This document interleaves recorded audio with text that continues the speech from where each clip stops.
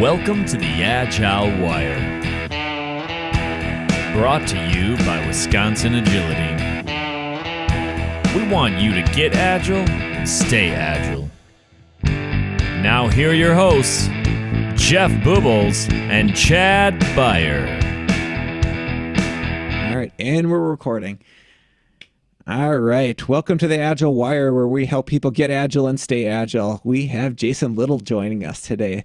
Jason, a lot of people probably know you in the agile, space, but for those that don't, could you give yourself just a brief background introduction of, some of the highlights from your career? Sure. So first, thanks for the invite. Thanks for having me. I got started, I started my career as a developer. So some people listening may remember Cold Fusion. So I used to call myself the world's greatest Cold Fusion developer because there was maybe 3 of us in the world.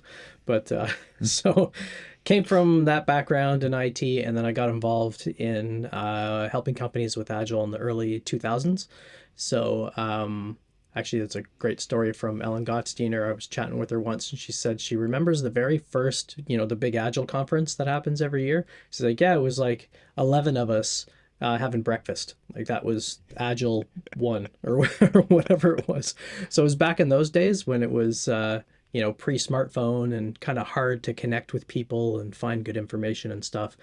And through the years worked as Scrum Master, product owner, tester, internal coach, external coach. And then probably the mid to late 2000s started getting involved in the organizational change stuff and just thought, well, what if we started to help companies transition to Agile by actually using Agile? It just seemed to make a whole lot of sense. And then so that's basically been the last 15 years or so of my life is focusing on that space. So take all the good stuff from lean startup and design thinking and throw out the stuff that doesn't make sense and pillage some stuff from the change community and the OD space and just mash everything together to build something in context that works. That's awesome. So I got to share, let's go back in history a little bit on our first interactions, right? So you probably don't remember me because I was just in the audience, but back in, I'm thinking it was 2015, the company that Jeff and I met at and used to work at in Wisconsin area hosted a conference in the Chicago area. And you were on stage and you got some really good laughs when you did this, but you had this, you're going to remember this presentation, I'm pretty sure. You probably have got some good mileage out of this. So you were doing this installation of an Agile transformation. And so you had this, classic kind of Windows pop-up, right?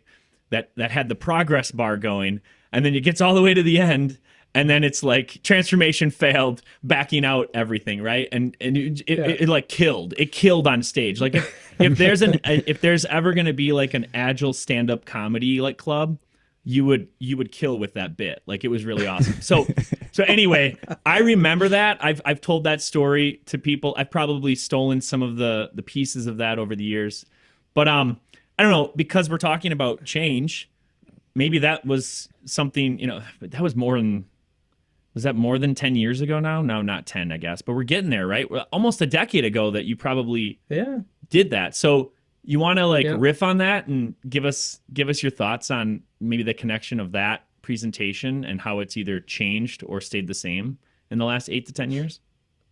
Yeah, the funny part about that was I remember that conference well because it was in such a cool venue. It was a really cool space. Yep. And I did that entire video at midnight the night before. So because I think I was on day 2. Yeah, maybe. It's all very fuzzy now, but. Yeah, but I remember just the idea popped in because I think by that time, I don't know, maybe I'd worked on 10 or 12 Agile transformations and they all kind of had the same. And then all the Spotify stuff came up. And one of the companies I was doing some work for, they printed out, the posters and the whole idea of guilds and squads and all these things were starting to become popular, but companies weren't really doing anything. They were just relabeling things. They're we're not testers anymore. We're a testing guild. Okay. So, it just seemed to be a pattern. It's people they weren't changing anything about the structure of their organizations, which if you don't change your structure, it's kind of pointless. It's not really going to change anything. You might make an individual function faster. And I've always been such a huge stand-up comedy fan, so I thought, let's do something and just kind of see if it works. And man, that was stressful. I think I was even like at the side of the stage beforehand. I'm like, oh crap, this button doesn't really work right. Oh, I need a blue screen of death in here at the end. And yeah, so that all came together last minute. Yeah. I mean, I have a lyric in one of my silly Scrum parody songs called, basically the line goes, in 2001, a manifesto was born and we're all still trying to transform. And I feel like it's very related to that. So I guess from a lean change perspective, from any change perspective, like what is the secret sauce at this point? I feel like between the three of us, we've seen enough transformations, quote unquote, fail or stall or struggle. So like from your perspective, what's the secret sauce? I think it's there's a lot of corporate Me Tooism. So, 2013-ish, 14-ish, I don't know, maybe you guys, I don't know if you've seen the same. That seemed to be when Agile turned into a big business, like 2014-ish, maybe something like that. And companies were just doing it because everybody else was. So it was just transformation in name only. So I think, I don't know, you guys probably heard the term Agile in name only, or you've seen it like all over the place where it's just, everybody's doing it. We should probably do it too, just in case. And the funny thing about that is, I think that is really only true in the enterprise space. It's like, for some reason, we take what happens in enterprises as the truth. And you're talking, 1% of the global companies around the world? Because, I mean, have you guys worked with any medium or smaller companies that were just completely kicking ass with this stuff, but you don't see any of their stories on LinkedIn? You only see look how stupid this big bank is. Yeah, I mean, we've see smaller. We've had some startups that we were working with this summer, and like they're rocking it, right? Like they're delivering stuff frequently. They're like learning and adapting. Like they don't have these massive road maps, or that they're like trying to hit all these features, and it was great, and it was funny. We actually had coffee, Chad and I, with somebody in our community who just moved here, and they had worked at like Twitter and I think a couple other tech companies in Silicon Valley, and they moved to our area, and we were just, got together and had a conversation, and they're like, I don't really know if I'm doing Agile. It's just, this is the way I've always worked. And I'm like, well, tell us what that means. And like, they started describing, like, sounds like that's all you know. Like you've never done it the other way. And so it's kind of interesting where people have come from. And I guess that's maybe when we know things are actually working is when people are like, I don't even know if this thing is Agile anymore. And you're just like, yeah, it definitely is. Cause we've seen the other side of it. I don't know. So like, think about it. Like, what are the greatest, like, what are the common pitfalls you think organizations run into? They're trying to make this leap. They're trying to change where they're coming from. Like, what are the common patterns that you see, Jason? It's been the same patterns over and over again. You guys have seen the state of Agile, the version 1 state of Agile surveys. So just for fun, we did a little report on the first 10 years, what are they up to now? 16, 17? It's in that range. Yeah, for sure. Yeah, I think, but the funny thing is now there's 100 more of those. Like everybody's doing a state of whatever. And I remember looking at theirs, and number one, it was always general resistance to change. Like 50 to 55% of the respondents said Agile failed because of general resistance. 30 to 35%, and this is consistent every year, was failure to change the culture. And then, or either failure to change the culture or the culture is at odds with Agile. And then the third was always something blaming like management. Mm-hmm. And I think those are similar, but more often than not lately, I've been thinking about the change isn't really necessary. Like you look at the banks here in Canada have been transforming for 10 years, probably even maybe a little bit longer. When did I start? Yeah, 10-ish, maybe a little bit more.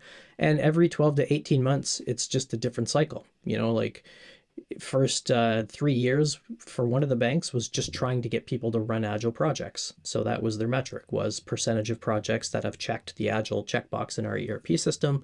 Nothing's really different.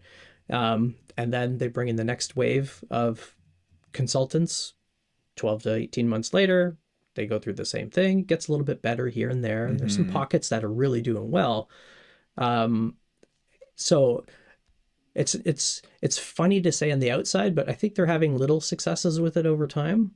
But it's easier to just say, well, it didn't meet what is in my head of what it could have been, therefore it failed.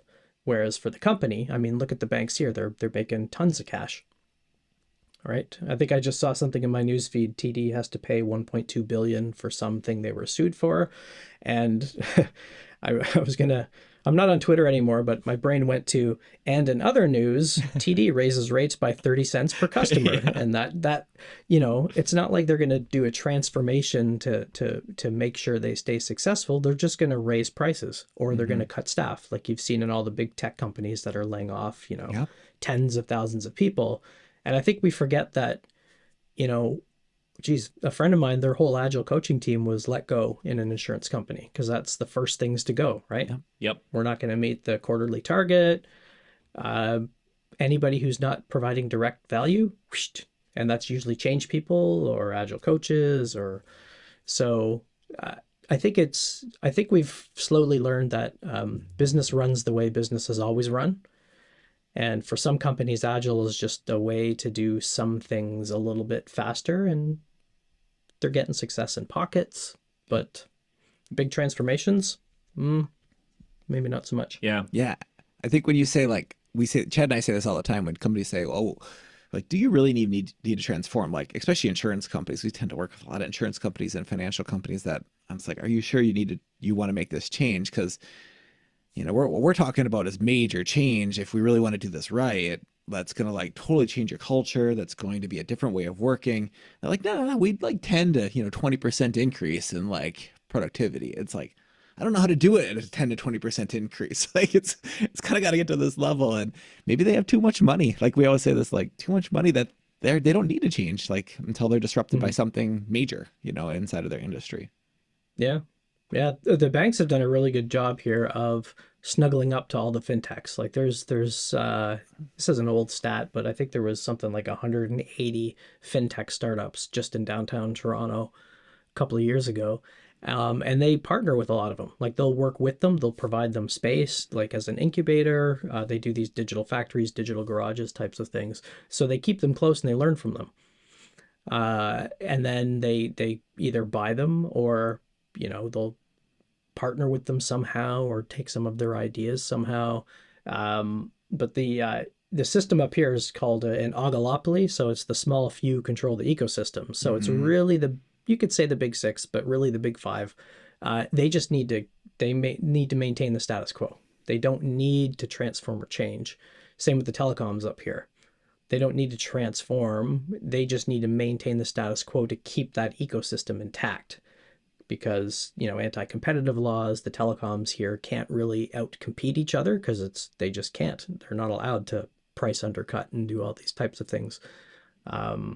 So I think the change in the transformation is really going to be a matter of industry more than anything else. Sure. I mean, you guys use PayPal, right? Yep. Have you been using PayPal forever? Yep. Remember when it was really bad? Yep. Their transformation story was pretty good, but it was all technical. I mean, the story was they put a stake in the ground and they said everything new from here on out runs Agile, whatever that means. Anything that is less than 50% done, transform it. And anything that's more than 50% done, leave it alone and just let it finish. And you can see how much better their services are. Same with Salesforce. I used to be a Salesforce customer back when they were on 18-month release cycles. Yeah. Can you imagine? Yeah.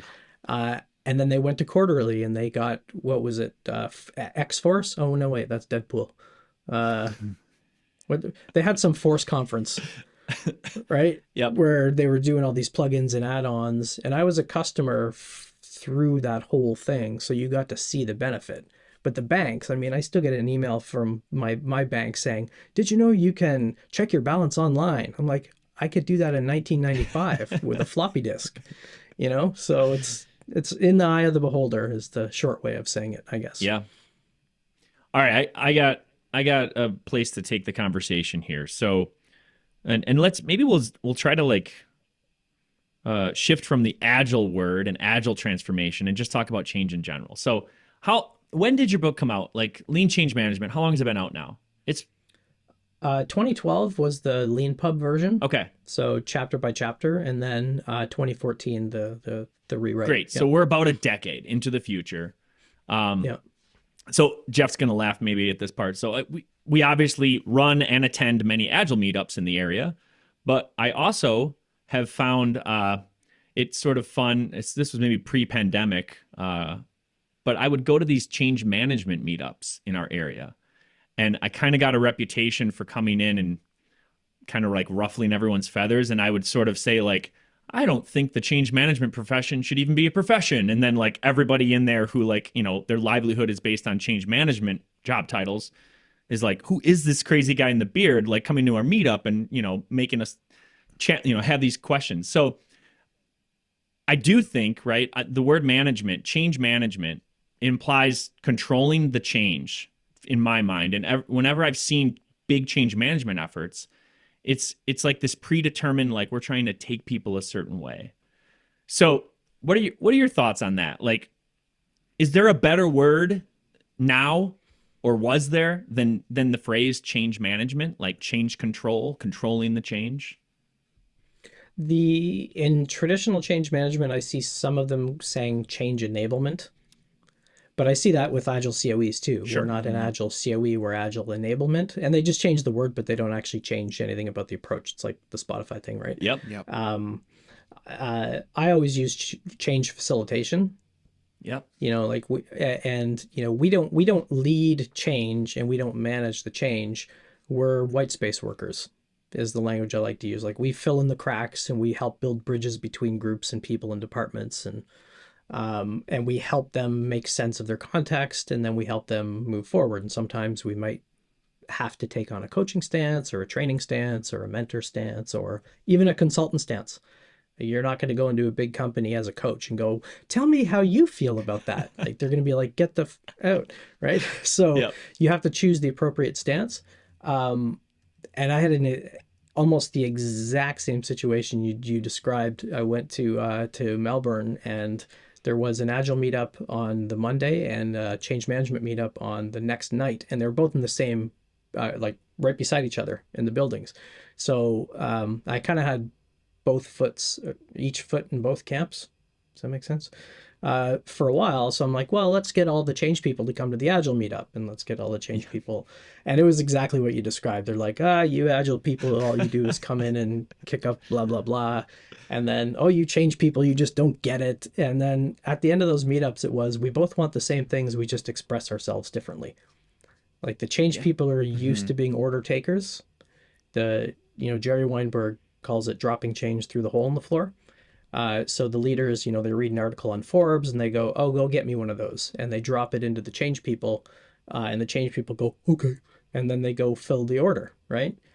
And people who come from an Agile background are typically the opposite, because they've got more, generally speaking, more disruptive, questioning attitudes, because that's always what Agile has been. So they're like, well, wait a minute, this doesn't make any sense. So they push back. And so it's two opposite approaches for the most part. I think the communities are getting along a little bit better now, but a lot of the old school change management, there's always going to be a need for that in big companies. That's just process driven. Yep. So they're more like project managers or guardians of the process, as opposed to actually doing meaningful change, because some of these companies don't really need to do anything different. Yeah. I mean, Jeff and I were at an event the other night where we surfaced this very conversation. And then afterwards we had a drink at a local bar and we're kind of chatting about it. And I was kind of questioning, like, well, what is a better word than management? So we threw out change engagement, right? I love that you just threw out enablement, and then also, obviously facilitation. So I think those are great words. Sometimes I can dig in on these things, but I do think if we want the real change to happen in like the job titles and professions that people have, like you said, we won't change it until we actually start changing the words. Like words matter, right? So if you have change management in your title, you're going to be thinking, how do I manage the change? When I think about lean change versus the traditional way, you can do whatever you want, right? Like you said, big corps, they're going to do it that way.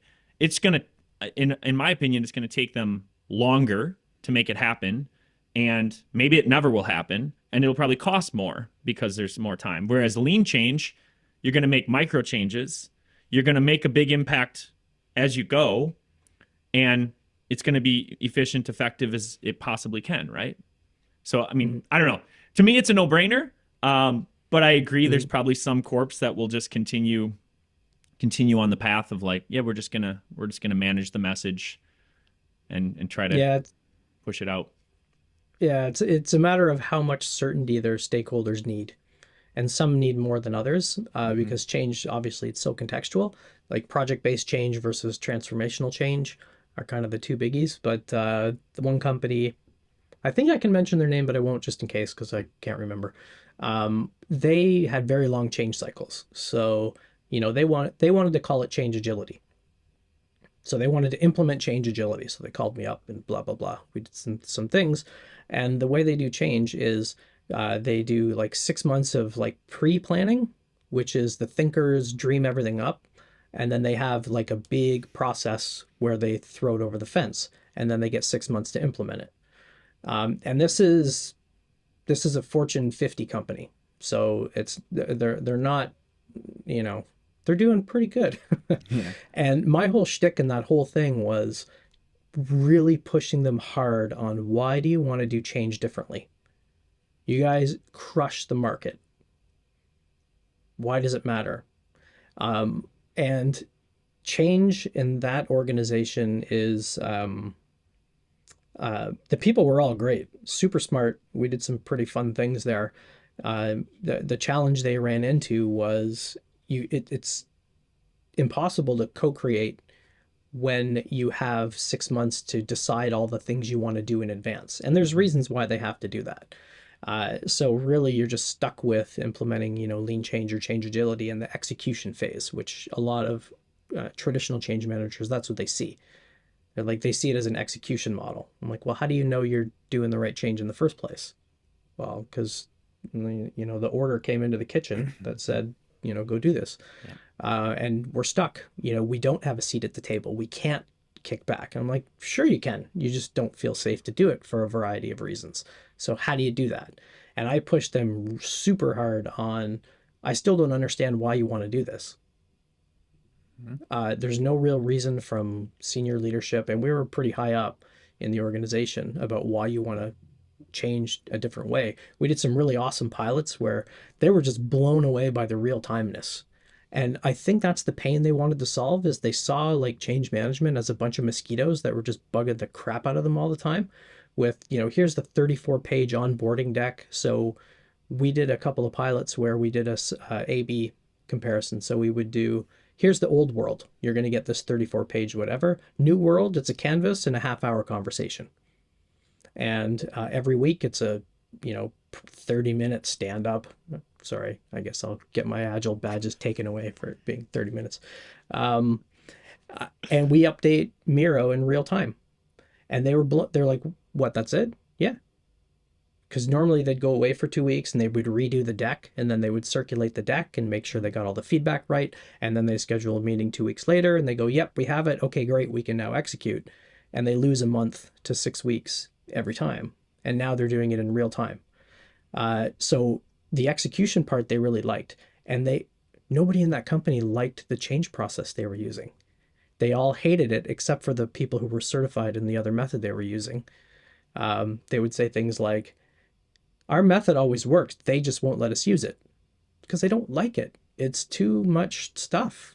It's not a bad method. It's just, I think change people, we forget people have day jobs. Like we're thinking about the change 100% of the time and they're never thinking about it. So they want you to be brief, be bold, to be gone.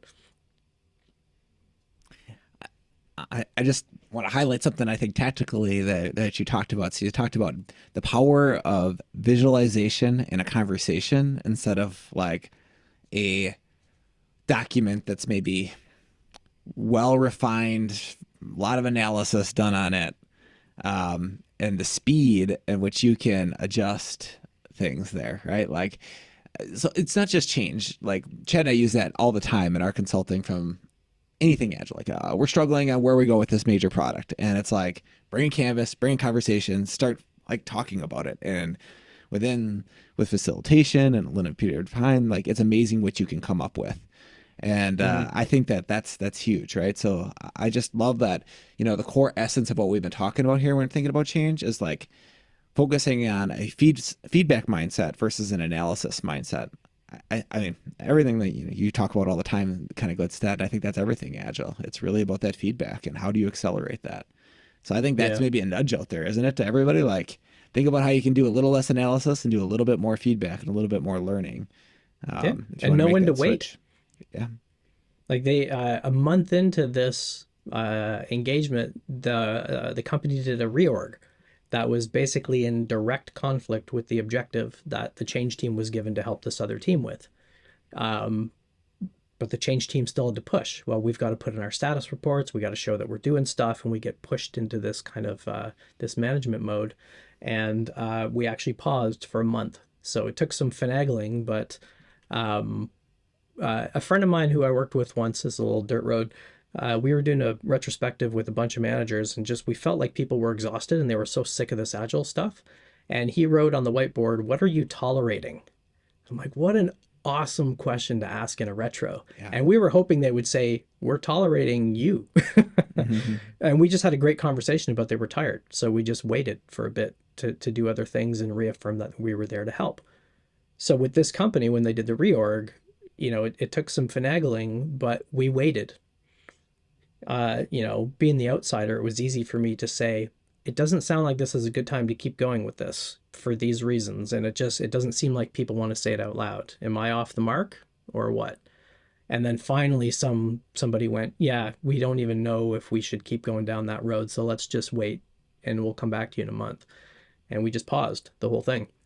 Yeah. But, you still have to go through the deck and all this stuff and use AI for that. I've been doing a bunch of AI stuff on change comms, and it's making some change comms people angry, but you can automate a lot of that stuff.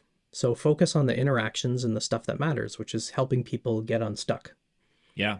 I love that. I mean, the number of times we've said the phrase change, during any change effort, right? You got to have patience and persistence. A Scrum master trying to attack a huge organizational impediment, patience and persistence.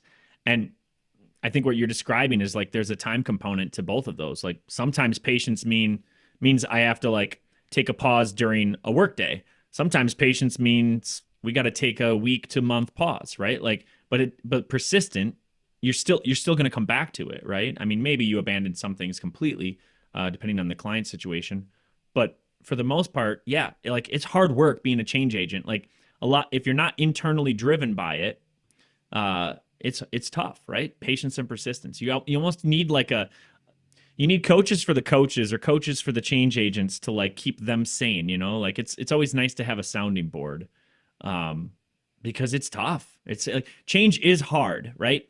It's easy. It's in concept, it's easy. This is all we have to do, but it's messy. So it's hard.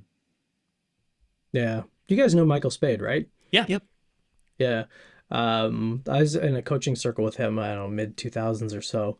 And there's some transformation that I was working on. We were doing, this is like all the precursor to the lean change stuff. We were just using A3s, quarterly A3 reports. So instead of a change canvas, it was an A3. Mm-hmm. And then we'd identify the data, and then we'd work with the leads of each of the departments to get the data, come up with our 4 things for this quarter, and just keep following that process. And I think it was maybe 8 months, 9 months or whatever, 3 quarters into it, or maybe a year into it. I can't remember. So we had our plan of our canvas. And I remember I would always hire him just with my own pocket money, just to get exactly what you described, because we need the feedback too. And I remember it goes, "That looks like a lot of fluff and bullshit. And let me tell you why." And I was like, you know what? You're 100% right. It is a bunch of bullshit. And then we actually stripped away a lot of the nonsense and, got to the stuff that matters. So that outside perspective, it's easy for him to see that, where I can't because I'm in the soup. Yeah. Yeah. So, I mean, that you bring up Michael Spade. So just a historical shout out too. So I'm sure this has been a story for many people, but long time ago, I attended a coaching class with Michael Spade and Michael Hammond at the time, and then Lisa, obviously Lisa Atkins taught the other ones, right? So anyway, I remember like I'm like the stereotypical like man that 3-day class experience had a huge impact on my life. I was relatively early on in my I guess agile coaching consulting transition. And I literally remember after the 3-day course, like I went up to both those guys and I like gave them a hug and I was just like, this was so great, right? Like, because they call things like they are. They're very talented at what they do, and man, like they helped so many people in that class, like learn, grow, reflect, right? So anyway, you're just bringing back all those memories. I don't know if you have similar interactions with them, when you first met them, but. I mean, Yeah. I don't hug every instructor of courses right? Like they were even like, okay, we're going in for the hug. Like, this was pre-pandemic, so like handshakes and hugs were pretty cool. But anyway, it was a great experience, right? It does really help to have somebody outside of your own brain give you those nudges and feedback, right? Yeah. Yeah. There's Jerry Weinberg has a really good book. A lot of my stuff's influenced by Jerry Weinberg and Esther Derby, Steve Smith, Don Gray, Yep. and Johanna Rothman from PSL and AYE. And now I'm actually in a every 2 weeks, not really a coaching circle, but like a satire workshop with Gene McClendon, who was one of the originators of all that stuff with Virginia Satire way back when.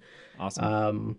And the book Are Your Lights On by Jerry Weinberg is like a heart attack of learning for change agents, because he talks exactly about that. The benefit of hiring the non-expert, because they don't know any better and they can ask a real honest, simple question that we've got blinders on for. So yeah, you could go to the variety store to buy a bag of chips and you could ask the person behind the counter who's never worked in an office before.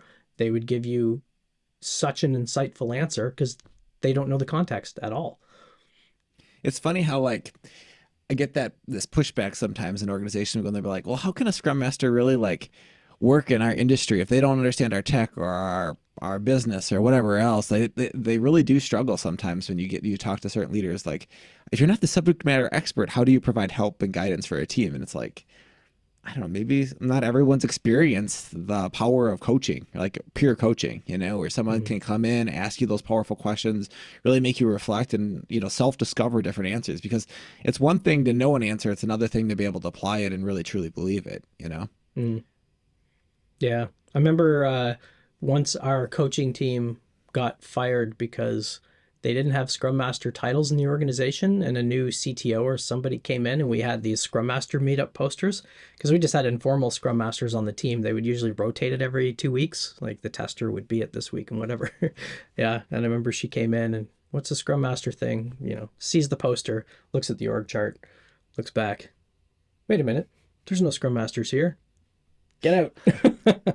But yeah, we were always working towards trying to make ourselves obsolete and trying to really get the people on the teams to rotate at least the duties of the Scrum Master and stuff like that. I think the only thing I do appreciate is a technical Scrum Master, because I think the art of extreme programming has been lost. Sure. If you Googled or went to the Wayback Machine for all the old Agile conferences, they're all technical. Yep. And then by 2010, 2011, they called them the process weenies, came in and kind of took over. And all the XP stuff just kind of got lost down the wayside. So we would always, when I was doing deep embedded consulting, we always had a pair, always, in every company, no matter what. We wouldn't sell any engagement unless they would agree to paired coaching. And we had, kind of one person who would work in the white space in the organizational layer, and we had one like rock solid technical person that could help with stuff, and then you've got a good 1-2 punch. Yeah, and you're preaching to the choir there. Like, I mean, Jeff and I basically in our company, like, we come as a pair wherever we go. So there's always it's a luxury, really, right? Like, I feel I sometimes we feel bad for, like, we know we have plenty of colleagues who are also running their own companies, but if they're on their own, right, it's very different. You don't have that other sounding board to bounce all the complexity of any change effort, right, as you're into it. So Yeah, yeah. And the market's changing so much too with coaching. I'm finding a lot of companies, they want employees. And yeah, I shouldn't say a lot of companies. I should say enterprise companies. Like they've been paying the Accentures and the Deloittes sure, tens of millions of dollars for years, and they would much rather have their employees. And then when I was at the heyday, when you can charge 3,500 to 5,500 a day rate, and now they want you to be an employee, and that drops to $100 an hour that they're willing to pay to have their own contractors or an employee. uh, pretty big shift in the market. yeah, and that's also what we just came from earlier, right? Like having that completely independent outside perspective on something. I mean, what are your thoughts on that? Because I feel like I say the phrase all the time, like it's much harder to be an internal change agent than it is an external change agent. And that's not original thoughts, right? This has been written about in literature for years and years. Like you can't be a prophet in your own land, like that, all the sayings, right? So I mean, Yeah. what are your thoughts? Like as those organizations are shifting to that, aren't they just setting themselves up for even just a longer, slower process to change potentially? Yeah, I think the people end up becoming just process pushers more Yeah. than anything else, because that's, you've always got to be doing something, and you've always got your objectives in your department that you have to live up to. Um, I used to have a good joke about whenever we run into problems in the organizations, we create another stack of hierarchy for it. So now when you do a project liftoff, you've got somebody from the process improvement team, somebody from the Agile COE, somebody from the innovation COE, somebody from the design thinking COE, somebody from the customer experience COE, and you've got 400 people in a project liftoff and half a developer. Yep. And you just become you get pulled into the system. The pattern here is interesting with the banks and the telecoms, because all the coaches I know, they just move on, right? They'll be at TELUS for a while, then they'll be like, screw this, and then they go over to Rogers, and then they go to Bell, and then they just circulate through all the telecoms and through all the banks and stuff like that. And now I think most are with RBC. Or RBC's basically, they put a vacuum over the city, and they just grabbed anybody agile anything and brought them in there. Like everybody I know is working with RBC right now, all across the board, and they have the same problems as everybody else, right? They've got a COE where their stand up is an hour long, and this is agile people, because they're pulled into the system just like everybody else. Yeah. They're just as stuck. They've got to do their TPS reports, they've got to do their blah blah blah and all this type of stuff. And if you don't have that outside voice, you can't play good cop, bad cop. You need somebody that can say things that you can't get away with. Yeah. And that depends on the attitude. I mean, what kind of stance do you guys take when you go in? Is it you're not there to be their friend, right? You're there to help. And sometimes they need the hard truth. Yep.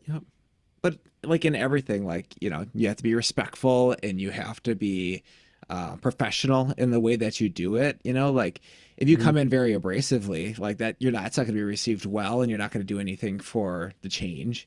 And so I think, like, as an external person, you knowing and them knowing, like, yeah, they can fire us today and we can never be back here again. That's okay. Like, we kind of have that relationship, and I can tell you stuff, but I also have other clients. So like, if you want to end, we can end, but I'm going to tell you the honest truth like a friend would. Like, I'm just going to give it to you straight. I have no stake in whether you choose to take or not take this advice that I'm going to give you, but this is what I'm seeing, right? And I think when you can get people are talking about their household incomes, and it's just like they feel afraid that, like, if I say the truth or I push for this change and it doesn't go well, then I lose my job. Some people really struggle with that. I think Chad and I, like, we've learned, like, we can't be that person. Like, we're just going to say what we're going to say. Like, we can't, we don't do well with that. So being in consulting is a good fit for us, but I think that happens to a lot of internal change agents. They need someone like us to come in and say those things, even though they've been thinking them, and saying them maybe in a different way to help reveal what's going on inside of the system. It's really, Jeff, I'm pretty sure it comes straight from Patrick Lencioni's book. I mean, like we were both heavily influenced by some of the books that Patrick Lencioni wrote. The one I'm thinking of is Getting Naked, which, you know, the title, for anyone who hasn't heard of that book now, like, and this is the first time you're hearing about it, I guess context matters there. Like it's an odd title for a book, but it's all about how to bring your authentic self. I'll just try to summarize the whole thing to a consulting stance and engagement. So I'm pretty sure the phrase kind truth, which we use all the time, is coming straight from that. Yep. And we live and breathe that with our clients. Like we show up, we just start providing advice like immediately. We don't even think of it as a sales conversation. We're just like, cool, let's just start working together, providing advice, tell you the kind truth, and it just kind of grows from there. And eventually, if there's a fit, then clients start paying us money. Like that's I'm summarizing it, but that's kind of how we operate. So I think the key to keep in mind about kind truth, right? Hopefully the word kind conveys it enough, but you can't just come in so crazy for the change. And I think this is maybe for some Scrum Masters, if you're listening, like we've had people come to us before and say, hey, I tried voicing my opinion on that and I got fired. And some people, I've probably been guilty of it in the past, have said like, well, a great Scrum Master is willing to get fired.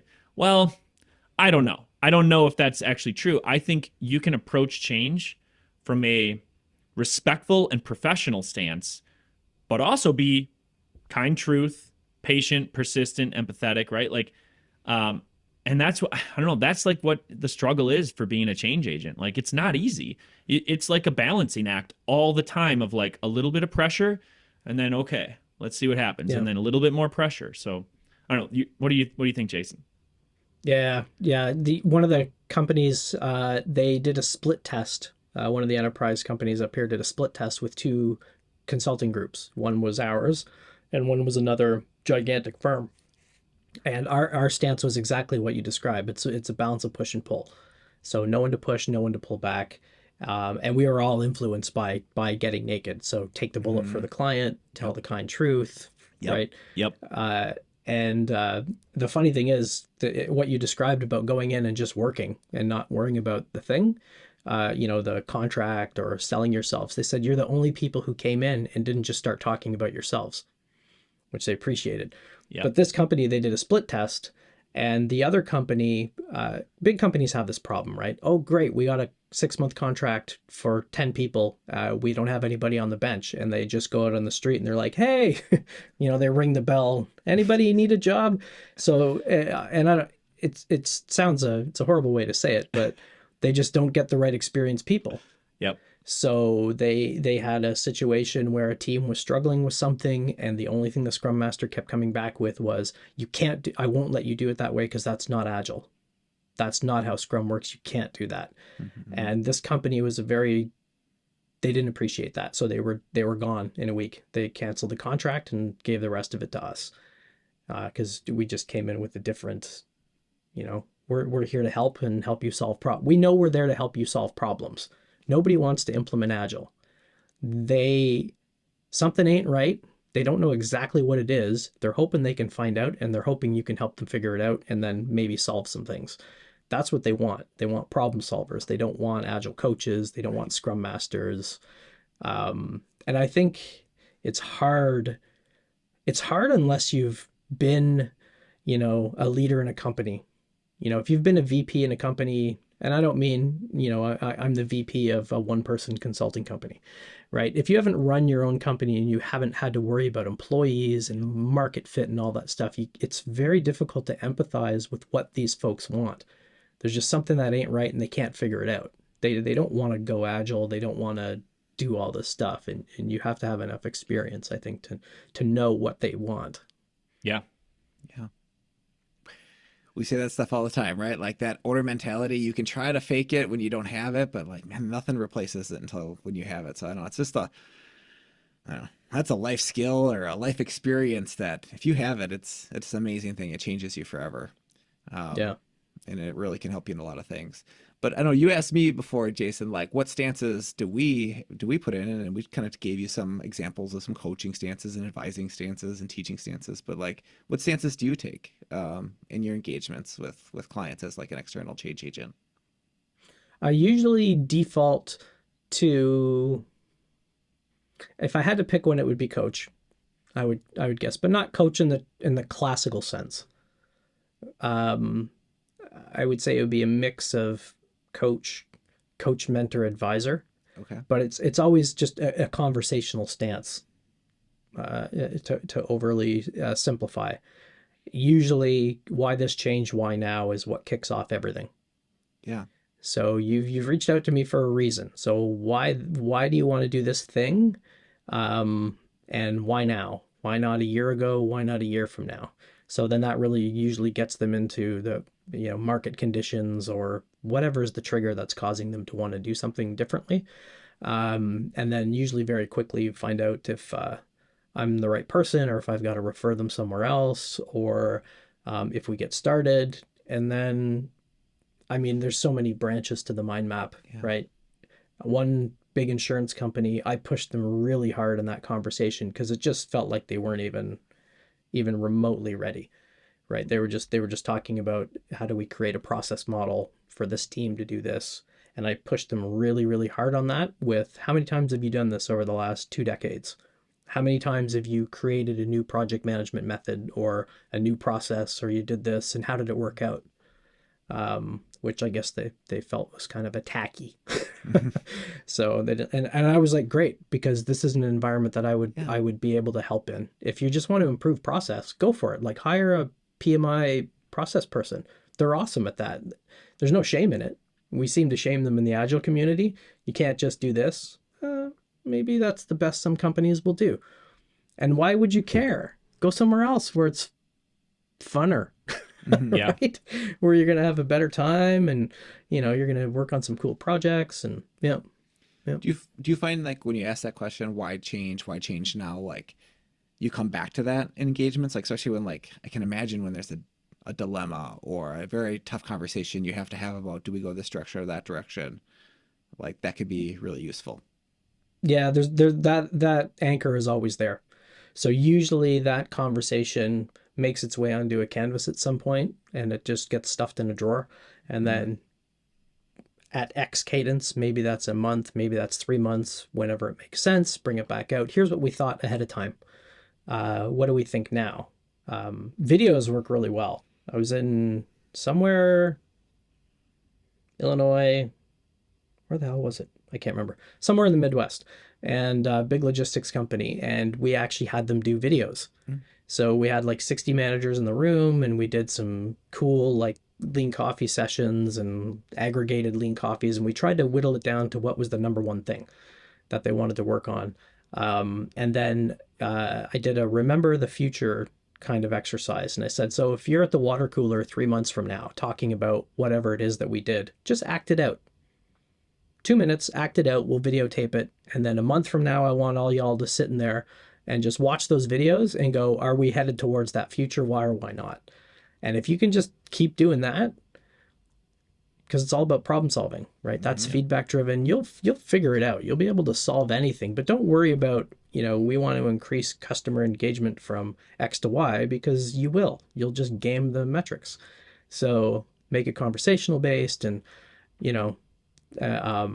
they were great. I mean, when I walked in, they would do hackathons, but they had a huge wall that was painted with Hulk Hogan. They called it like Hulkathons or something like that. So they had like a championship belt that they would give to the teams and stuff. I'm like, you guys are going to be fine. You don't even need me, but I'm staying because this looks pretty cool. You guys look like you have a pretty awesome company. That's awesome. I got to go back to your question that you said you start a lot, whether that's an engagement you're starting or whether it's just you're speaking with the decision maker. I love your follow-up, why now? Like, why this change? That's hard to answer sometimes, right? You'd be surprised, right? Like how hard it is for somebody to articulate why they want to change, right? And then on top, and then like if they get there, then you're like, and why now? And then they're just like mind blown, right? Like, oh, why now? Like, and there's probably, maybe that one's easier to answer, but I like it because it's just that it's a little bit more to kind of surface what's going on here. Like, what's the driver for this change? The why this change is probably kind of visionary, aspirational, and then the why now is going to probably surface the pressure, the catalyst that they even picked up the phone or sent an email to talk to you. So I love that. I love that. Yeah. That combo question is probably very powerful. No pun intended. You could follow it up with, and what would happen if we did nothing? Yeah, sure. There you go. The do nothing option is always a great conversation. Yeah, because that starts to push into some of the HR things. Yep. Because now you see the looks, you're like, oh shit, this is on my performance scorecard. Like that's why we're doing it now. And if we did nothing, I'm not going to get my bonus or whatever it is. So, and sometimes you can. Yeah, have you guys had those conversations where that's behind it, and you can just see the eyes, and they're just, please God, don't talk about this. Yeah, I mean, I think we always try to remind ourselves, like, if an organization's reaching out to us, they likely don't have it all figured out. Like, this is something I think you hear kind of new Scrum Masters, they'll complain so much. Like, they'll come to you and they'll be like, maybe they're looking in between jobs and they're like, I'm looking for a really amazing Agile company. It's like, but they don't need you. You need to go in to the messed up company because that's who needs you. And it's the same with us. Like, if they had it all figured out, they wouldn't be talking to us. And I think it's hard for Jeff and I mean, I don't know, Jeff, you can not agree with me here, but it's a constant battle for me because you just have to remember, like, yes, there's incentives at play here. There's other cultural, structural things going on. And if they had it all figured out, they wouldn't be talking to us. So I don't know. You kind of have to coach yourself, like, back to that empathetic stance and being patient with, with everybody. It's 2023 and there are still companies discovering Scrum and Agile for the first time. Like, I know some people don't think that's reality, but that's reality. Like, we didn't figure this out a decade ago. It's an ongoing struggle. Yeah. Yeah. That whole adoption curve, right? The late majority thinks they're the innovators. Yep. Because they're now in the headspace, of what the innovators were doing in the early 2000s. Yeah. Or geez, even, well, I mean, Esther and Johanna and those folks, they talk about Agile, in the 70s. Jerry Weinberg wrote about this stuff in the 60s. Yep. So it's I think that's why the Australians call it ways of working, because they're so sick of the A word. So they basically just rebranded everything to new ways of working. Sorry, that was more British than Australian. I can't do it. I just watched the Jim Jeffries special. You think I'd be able to get the Australian accent. Nice. But they had to change it to new ways of working because people were just so fed up with Agile. But it's all the same things. Yeah. Yeah. I think that a lot of times we don't change those structures like you were talking about earlier in the podcast. And then, the change, people leave or coaches leave or whatever, the new leader comes in. And then because the structures are the same as they always were, everybody just reverts back to those old behaviors. They know that. And then just, and so when we come back in, let's just say that somebody's gone down a path and it was 5 years ago, then they reverted back. And then we come in and they're like, I think we did something like this, but I don't know. It's kind of new again. Like, a lot of new people. And so, like, it seems like a lot of organizations go through these attempts multiple times before they really realize, like, that to make a change, you got to make a change. Like, yeah. You got to change something in the structure. And, most of the things that happen in an organization happen because of, the current structure in place. Like, is it Deming? That's it. Like 95% of the problems inside of organizations happen because of the system, not because of the people making certain choices or whatever. So if we believe that to be true, then, like, everything's about the structure. And so we should be changing the structure so people behave in the way we want them to behave, if that's what, whatever that means in your context. Yeah. Yeah, that's the waves of change concept. So stole Herbert Bloomer's ideas behind social movements. This was, a lot of the speaking and workshops around the world the last 10, 12 years was going to companies and finding out why they were getting stuck, what was getting them unstuck. And the waves of change was kind of born out of that. It's exactly what you describe. Is the first wave is, in medium and enterprise companies, it's process adoption. We wanted to run one pilot with a Scrum team. And it doesn't work because we don't change the structures around them, but we learn a little bit. And then the next wave with the next group of consultants is they bring in a different process model. And eventually you get down to the point where it becomes about people. But it's, the social movement part is, he talks about emergence. Somebody's upset with the status quo, they take action, and things start to emerge. The mistake we make with transformations is we want that to be certain.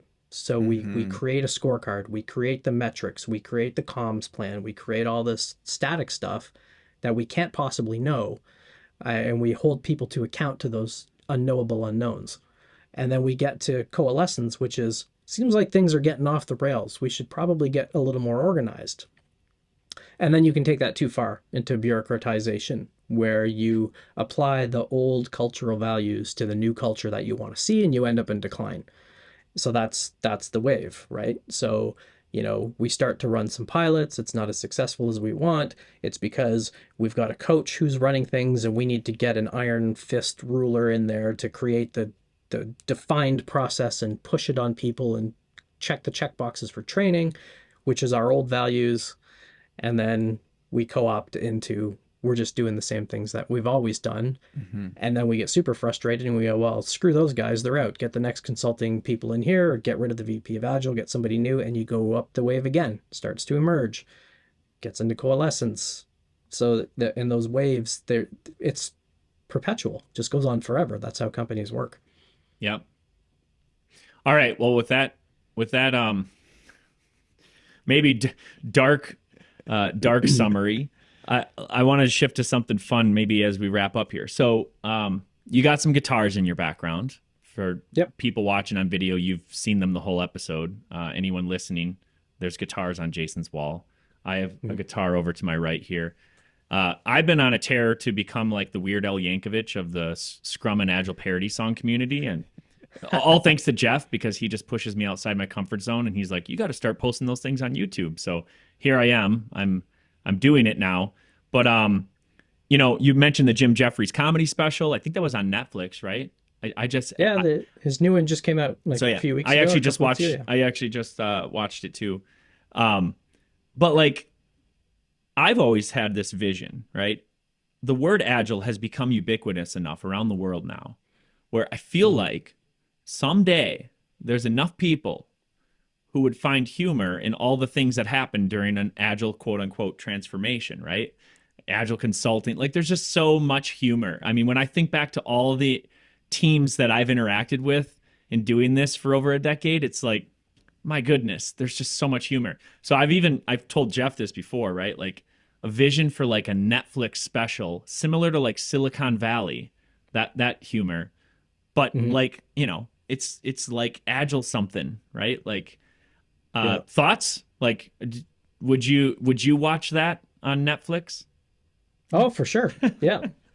That'd be hilarious. It'd be just like The Office.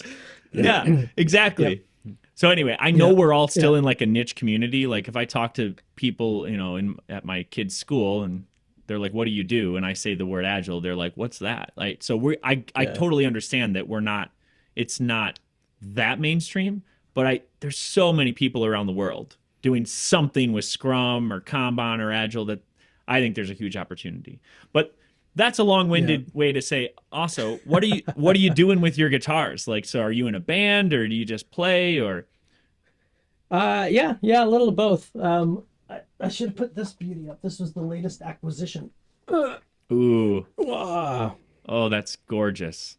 I was in the market for a Stratty style. That's awesome. And nobody carries, it's a Sire. Okay. Which, I watched a couple of reviews and people were just like, for cheaper than a Fender, it's better quality, sounds just as good, and it's better playability, better attention to detail. But I had to make a road trip to grab that one. And it's a little of both. So I produce music at home as well. That's why all the stuff is in here. Yep. The drums are out there. And and write and perform. So my band, we're on a bit of we had a show booked the day everything shut down when COVID happened, and then we all just kind of did some recording instead, and we haven't played there, but yeah, my own stuff. Yeah. So that's awesome. Yeah, through COVID, I was writing and releasing songs every month, so from scratch. Yeah. It's all original stuff, so that's what I use it for. Yeah. That's so cool. It's my creative outlet, so I get a lot of joy out of just picking up a guitar and wailing away and singing lyrics into the unknown. So yeah. So awesome. So okay. Jeff, anything else wrapping up? I think this is probably a good spot to wrap up. I mean, Jason, is there anything you want to plug to our listeners before we kind of wrap things up here? I'm never good at this stuff. Go to leanchange.org if you want to learn anything about any of these ideas. We've got 40 trainers around the world doing workshops constantly. Actually, I just started doing a new workshop on experimentation. So instead of it being like a workshop where people come in and just get trained on stuff, it's bring your problem, very small groups. Like I try to keep it a max of 6 people in a cohort, and it's basically like a 5-week coaching circle where you bring your problem and we'll get you to an experiment, and then you come back and you tell us how that experiment worked out. So I found people more likely, they don't want to just sit in a training course anymore. I think this whole 2-day, 3-day class stuff is for change people. They just want an intervention, something intervention style. They need an outside perspective. So these are just like short little bursts of bring your problem, we'll help you figure something out. But realize that the problem you're solving, you're not actually solving it. You're just hopefully creating a bunch of little smaller ones that are easier to deal with. Awesome. We'll put links to that in the show notes. And thanks for joining us. Yeah, thanks, Jason. Thanks for having me. If you found value in today's episode, share this with a friend. Until next time, get agile and stay agile.